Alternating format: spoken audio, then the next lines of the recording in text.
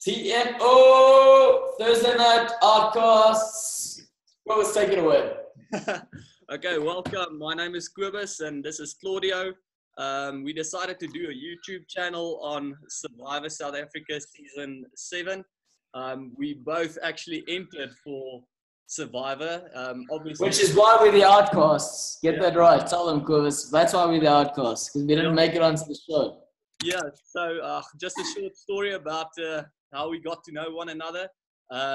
Claudio's cousin actually rents a room at my place.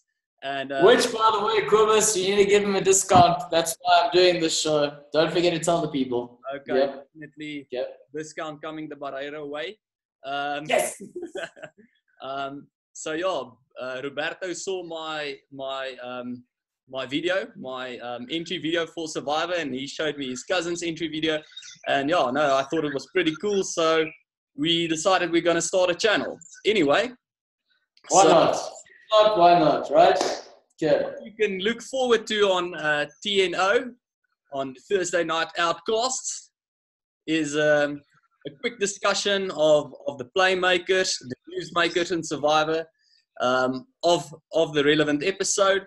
And we'll be discussing the challenges as well. And obviously, we'll be discussing the Tribal Council. So, yeah, Claudio, can I hear your thoughts on some of the outcasts or the players that stood out for you during this first episode? Sure, of course. Kobus, thank you very much for providing this opportunity, and shout out to my cousin, Roberto Barreiro. Anyway, yeah, so the guys that stood out, obviously, are the ones that made a lot of noise. I would argue that if you're not making a lot of noise at this point, it means it's a good thing. If we don't know who you are from an audience perspective, it means you're playing the game well. I think personally, I don't know what you think about that, Kobus. But the guys that are the standing out at the moment, obviously, you got to go to back. Kobus, who's named after the leader from the Tualu tribe, the Purple tribe. The guy that sings the Island of Secrets. And then obviously the Beefcake tribe, the Beefcakes. And those are the guys that obviously include Nicole and Steffi Brink and all of them. Yeah, so those are the Beefcakes. I think obviously they were in the spotlight mainly because they lost a member.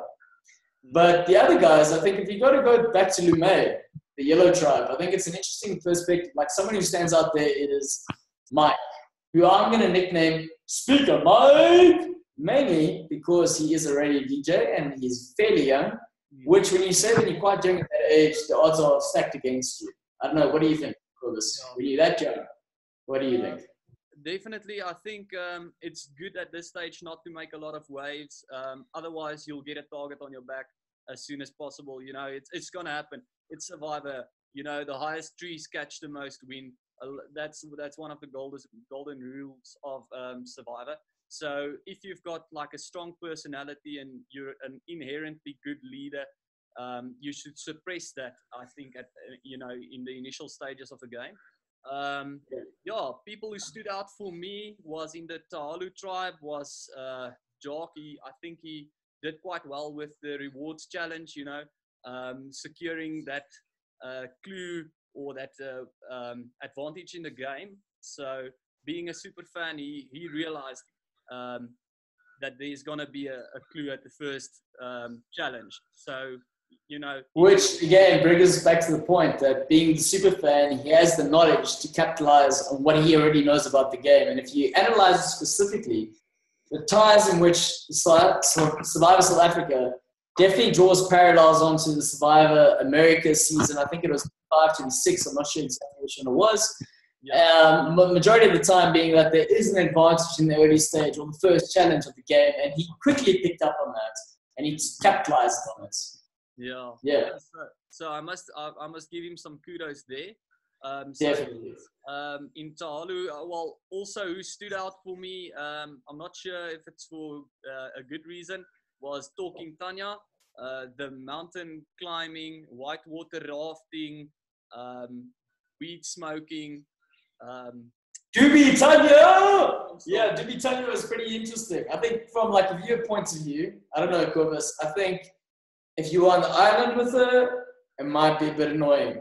Yeah. I think from a viewership point of view, she's playing the game fast and hard, and we all know what happens to someone who plays like in Survivor fast and hard. I don't know. What are your thoughts? Yeah, no, I don't think she's gonna last. I think she's gonna get a target on her back pretty soon. I would have voted her out because she would annoy me. And I'm sure she's not a bad person, but she definitely annoys me just by, of watching her like a minute. I wanted to set myself on fire. So Yes, listen, Kobus, we're not talking Game of Thrones, we're talking Survivor South Africa season 8 together. It's season 8, right? I think it is. Seven, it's season 7. Season 7, sorry, I'm already picturing season 8 where we both on it. No, I'm just kidding. Yeah, okay, yeah. Anyway, and another player that stood out for me was obviously Rocco. I mean, he's a big guy. He's a javelinist, pro athlete. So we'll have to see whether he's also got the brain to go along with the brawn. Yeah, and I think what's interesting about him is you kind of thinking he's got more to him when he starts sneaking around. He steals Paul's advantage, and he capitalizes on that moment where he comes back to the tribe with the flint, and then he also looks for the advantage in terms of it being, again, the sneaking around. So I kind of think he's got more to him than what it appears when you first see him, because you just see his pecs bouncing up and down, which, might I add, are fabulous. Those are like pecs of perfection. But I think later down the line, I think he's someone who's used to structure, someone who's used to routine. And I think as soon as he comes across someone like Mike, he's already thrown a spanner in the works. I think his game plan might derail, and I'm not sure how he'll react when it doesn't go according to plan. That's my personal view. But so far, I think he started out quite well. Yeah. No, I think, the fact that he's very competitive works to his advantage. He got the flint and he stole the clue. But like we've mentioned, he did make a tiny bit of a blunder by trying to talk a strategy with fellow tribe mates before you getting to know them on a social level. Big no-no. Yeah. And so then on who also stood out for me on the other tribe, our last one, in which is Sipe and Nicole and the Amigos are. And who, sorry? The Amigos. Oh, the Amigos, yes, of course. So, people stood out there for me. I'm not sure whether it's for good reasons. But so Sipe, I saw taking quite firm charge during the rewards challenge. We'll have to see how she plays out. Paul also didn't do a bad job with getting himself in the Amigo Alliance. But well, to be fair, I don't think he got himself into that alliance. Yeah. I think he was naturally included because the guys who set up the alliance decided he was away as an extra number. When he comes back, he's going to feel isolated because he wasn't with the group. Let's include him and let's make him feel comfortable, which is what Judy has done. And now he's part of this alliance. But again, if you've got to analyze that alliance, where is he within the alliance? He's not at the top, that's for sure. Right? Yeah, that's definitely a possibility that they, included him just for the numbers. I wouldn't exclude that, but I do think he's got some social rapport with the group, and so. You don't feel though that Paul is a bit of like an old man trying to act. I don't want to say, to be fair, because I feel like I'm younger than what I am, but Paul is a guy who's stuck in like the body of or the mindset of a like 24-year-old, even though he's 50-something. Yeah, no, I must say, you can see he went through quite a bit of effort to, tone that body and then get it tan for Survivor and all that. And for his age, we have to say, Paul, you look amazing. Yeah, no, we're not criticizing you by any means. You look great, my man. I hope I look like that at like 54. Exactly. And straight good. I'll have to start training hard now.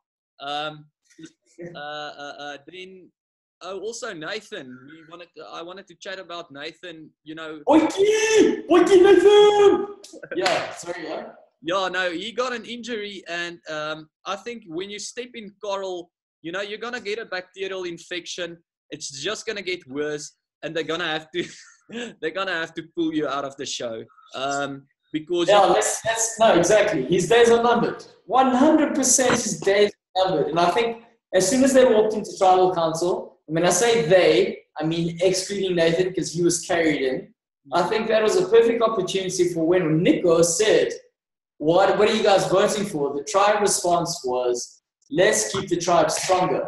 And if you're focusing on pure strength, if you're looking at a person who needs to be carried in, you clearly say, well, then you're being slightly hypocritical because you're not voting according to what you're saying you're voting for. I think that's something. They were clearly voting someone else who came across, and I'm going to call her Leanne instead of Leanne because she came across quite annoying and cringeworthy from my perspective. I don't know what you think, Kobus, but and I'm assuming if that's how she came across in a span of 3-4 minutes, I think on the island she slightly might have been very annoying for the other tribe mates, which is what led to her downfall, and which gave Boykie Nathan the chance to stay into the game, regardless of his physical attributes and the injury that he sustained.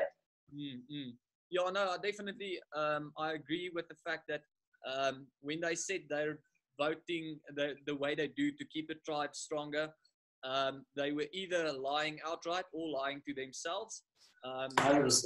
They were trying to, Kobus, they were trying to look like honest people on television. They weren't. They didn't want to be caught out, and that's why when there was an opportunity when Nico said, "Well, give me your honest thoughts," no one wanted to speak up because they were afraid that they were going to come across as deceitful people or liars or whatever it is, even though that is a huge part of the game. Yes. Well, a lot of people, that's a criticism that you would often hear about Survivor. You know, people will say, no, they don't watch it. There's too much backstabbing and so forth going on. I mean, that is a part of the game. You must be willing to do that. You know, it's like playing Boulder Dash. You know, it's part of the game. That's a good game, by the way. Do you play that? But it's part of the game. Wait. Yeah. Kobus, do you play Boulder Dash?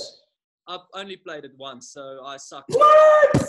Oh man, that is an amazing game. You need to play it more in preparation for Survivor one day.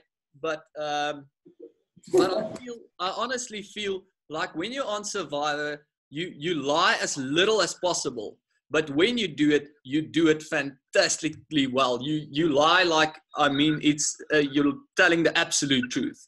Well, I think to touch on that, Kobus, I think it's a combination. I know you're using the word lie, and somewhat as growing up, and you have your parents, and they say you shouldn't lie. I don't think it's lying as much as telling the truth without all the facts. I think that's how you need to see it. I think if you can tell the truth without telling everyone the whole truth, that's where you're at an advantage within the game. Yeah, that's definitely a way to consider, you know, conveying certain messages. You know, you need to know which detail to leave out when you know, communicating whatever message, whether it's to your tribe mates, whether it's to another tribe or whatever. No, the thing is, you've got to be on the ball the whole time with Survivor, and you've got to work it. You know, you can't just sit around and wait for things to happen. And I think that's where Leanne also went wrong a bit. I know you also said that she came across as desperate, and also, you know, Big no. Yeah, it doesn't matter what you're doing in life. If you're trying to get a girlfriend, boyfriend, if you're trying to get a job, if you're trying to do anything, if you come across desperate, it doesn't matter who you are, people are reluctant to help you. I don't care. That's my philosophy. Kobus, you can agree or disagree.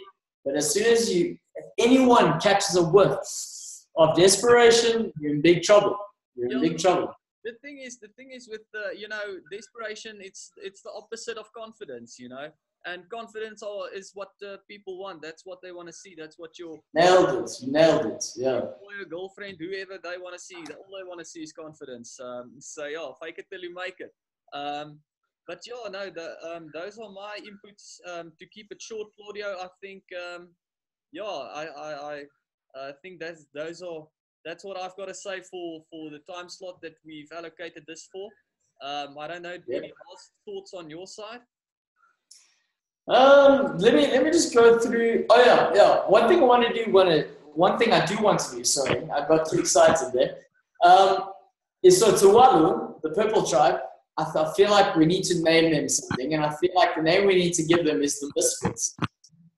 Primarily because you got a bit of everything there. There's like Kobus, who's very like loud and outspoken. At the same time, you've got Dubi Tanya, who's also loud and very confident. And then you've got Shark, somewhat confident again, but confidence in terms of his gameplay. Like he knows, you know what's interesting is he knows the game of Survivor purely from a theoretical perspective. In this period, we actually see him live the moments. And that's also, it's very interesting. I mean, when people say you've got to learn something, you're learning it either when you're studying it via your books that you have to study or when you're actually experiencing it. And I think Jacques in that period at the moment where he's doing both, which gives him a bit more of an advantage as opposed to going in blindfolded. And then obviously you've got Dr. Ting Ting, who I think has, I don't know, Dr. Ting Ting is a bit of an unknown quantity for me. She kind of is just going with the flow. And I don't know if that's intentional or it's just because she's embracing the experience. But then you have the other tribe that I think we've got a nickname as the Beefcakes, which is the Sabula tribe. And they are the Beefcakes purely because of what's been happened with the group of people that combined it together. And then we've got Lume, who I'm going to call, and you can agree or disagree, I'm going to call them the average Joes. Because on paper, they're not as great as the others. I don't know, what are your thoughts? Yeah, definitely. I think Tuvalu is more of a mental tribe. So I would, I think, but it's not I don't think Misfits is an inaccurate description. I think that's quite, you're quite on the ball there. Yep. And then we've got the Brawn tribe, which you were calling the what's a Beefcakes. Aye? Yeah. Just say Beefcakes. Sorry? Man, the beefcakes. Beefcakes. No, so I don't think that's a bad description for them either. And I mean, what's the average weight in that tribe? Let's be honest. They're definitely not like between 60 to 70 kg. They're definitely above. They're quite heavy, unnecessarily. Yes. And, Which actually, if you look in the game of Survivor, I mean, they might, unless they're winning challenges and they're getting some sort of resource or malnutrition from location point of view of where they're located, they might struggle. Actually, that's also another thing. I mean, they've already lost a member. One of their members are injured. So technically, going to the next tribe will challenge, depending on whether or not he's fit. And I think you pointed this out previously, they're not one man down, but they are two men down. Yeah, they're basically. So, yeah. And so the last tribe, they've got Rocco there, which adds some muscle to the tribe. But yeah, the rest are pretty much average. But yeah, maybe they're good players and they're flying under the radar. So yeah, we can see. Yeah, and I think about that exactly. So I mean, obviously the focus in the first episode was the tribe that was voting out someone, which is Saula. But if we're going to look at, and again, I call them the average Joes primarily because of the fact that hardly everyone's mentioned. I think a lot of focus was on Jacques because of his knowledge and his advantage game and all of that. And then the three leaders from each tribe, we all know who they are because they were spoken of in the beginning of the game. But again, if we look deeply and you look at someone like, I think she's a bit of an unknown quantity, and it's Rosalie, who I'm going to call the detective, primarily because if you look into who she is, she's a CSI person, which, I mean, naturally, by definition, if you are working within the CSI department, you pick up the minute details. And the fact that we know nothing of her at this point, I think is hugely advantageous for her. I don't know. What are your thoughts? I think she's so far from this point of view, I think she's a favorite for me because I've heard nothing of her and based on description. Yeah, what are your thoughts? Well, I think I'm going to reserve my thoughts on Rosalie based on what I've seen because I haven't seen a lot. But I do think being a crime scene detective is flippin' cool. Yeah. And I really think she can use that to her advantage. You know, the way of thinking, you know, how you apply your mind at a crime scene. You know, you basically put yourself in the shoes of a criminal. So I think that can really, that mindset can be very beneficial in the game. If you're also very strategic and think along the lines of how are my acts going to be analyzed and how's it going to be perceived, you know, because she's used to analyzing situations and analyzing crime scenes. So yeah, that's my take on her. Yeah, and exactly on that point, if you actually go back to one of America's winners, I can't remember her name. I think her name was Sarah. I'm not sure what her name was. But she was, by profession, she was a cop. She wasn't a CSI detective, but she was a cop day by day. And she was given the opportunity to play the game twice. The first time she came into the game, she played it very honestly and openly and didn't get her very far. The second time she came into the game, she said she was going to play as a thief. And she played as a thief, and guess what the result was, fellas? Guess what the result was? It was a win. The thing is, she won it. The thing is with Survivor, you know, you've got to play the game. You've got to be relentless. And where I really saw that come through was in that series, Heroes Against Winners. Heroes Against Villains. You know, although the heroes made a couple of good plays in the challenges and so on, the villains, because they were so ruthless, they walked over the heroes. So it's not about being a hero in Survivor. Although I'm not saying, you know, go out there and ruin people's lives. I'm not saying that. But when you play the game, you play it with your whole heart, you know, and it's about the game. It's not about the other players. But I think that's exactly the key, is what you said there, is it's about the game and about where you at in the game and not about the other players. And I think exactly when you mention heroes and villains, why do villains succeed naturally within the game is because they play the game, but their focus is what? Themselves. As soon as you start thinking about the other people, I think that's when you're going to get cut, and that's when you're going to get flipping sent back home. You're going to get sent to unpacking all your shit. And that's the big difference. And again, someone who I think has potential to be a fascinating villain, but is already being portrayed as a leader, oddly enough, is your namesake, except with the R instead of the Kobus. It's the Kobus, who refers to himself, and I'm going to call him the third person Kobus because he keeps saying that. I think he's got huge potential because he comes across very assertive, and they've already positioned him. They've created this archetype of him being a leader. So that naturally gives him leeway to get away with certain things. Because he might say one or two things, like, we already see him as a leader, so he might say things, we still need him as a number. And I think that gives him a huge platform to get away with, and I think he's got a potential to be a huge villain within the show, which is going to pave the way for him to get quite far. I don't know. My bets are slightly towards him as well. I don't know. What do you think about Kobus? Yeah, I think I saw a little clip when they aired a preview or a taster of the second episode. He was, you know, outright saying to Tanya, "I don't trust you. I don't." And I think, you know, that's sort of the thing. That's sort of a thing which a villain says. You know, they're outright. They're brutal. So, and I think that was brutal honesty that came out there. So yeah, I think I would maybe place a villain trademark on him.